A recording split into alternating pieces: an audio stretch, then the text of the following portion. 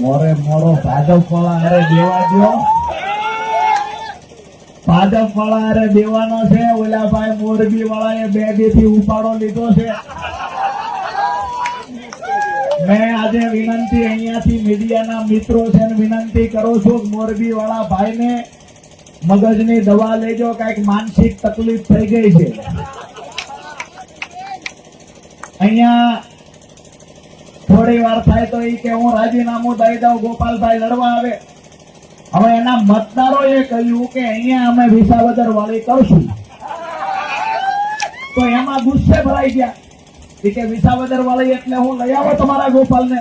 એટલે આ ગોપાલ ઇટાલિયાને ગીસુદાનની જરૂર નથી. રાજુ કરપડા જેવા 25 જણા બીજા પાર્ટી છે. આવા 25 જણા સૈનિકો બીજા પાર્ટીમાં છે કે ઈશારે દરિયામાં કૂદી પડે આવા લોકોની ફોજ તૈયાર થઈ છે. એટલે કોઈ એવું માનતું હોય. બીજી વાત, પછી કઈક એમને નિવેદન પાછું ફેરવું, પછી કે હવે ગોપાલભાઈ રાજીનામું આપે તો હું આપું. હું કહું છું કે નરેન્દ્રભાઈ મોદી રાજીનામું આપે, ગોપાલભાઈ આપી દે. અમે વિનંતી કરીએ ઈશુદાનભાઈ ગઢવીને, ગોપાલભાઈ ઇટાલિયાને કે આ લોકોને અમે સાહેબ તમારે જવાબ દેવાની જરૂર નથી.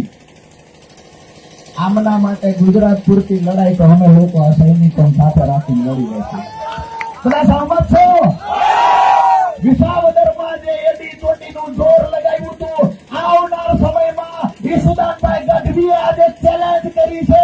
CR પાટીલમાં તાકાત હોય, મુખ્યમંત્રીમાં તાકાત હોય તો ગુજરાતની 161 સીટ ઉપર ચૂંટણી લાવે. આમ આદમી પાર્ટી સરકાર બનાવવા તૈયાર. તમામ તૈયાર છો? એડી ચોટીનું જોર લગાવશું, ગરીબો માટે લડશું, ખેડૂતો માટે લડશું, લોકશાહી બચાવવા માટે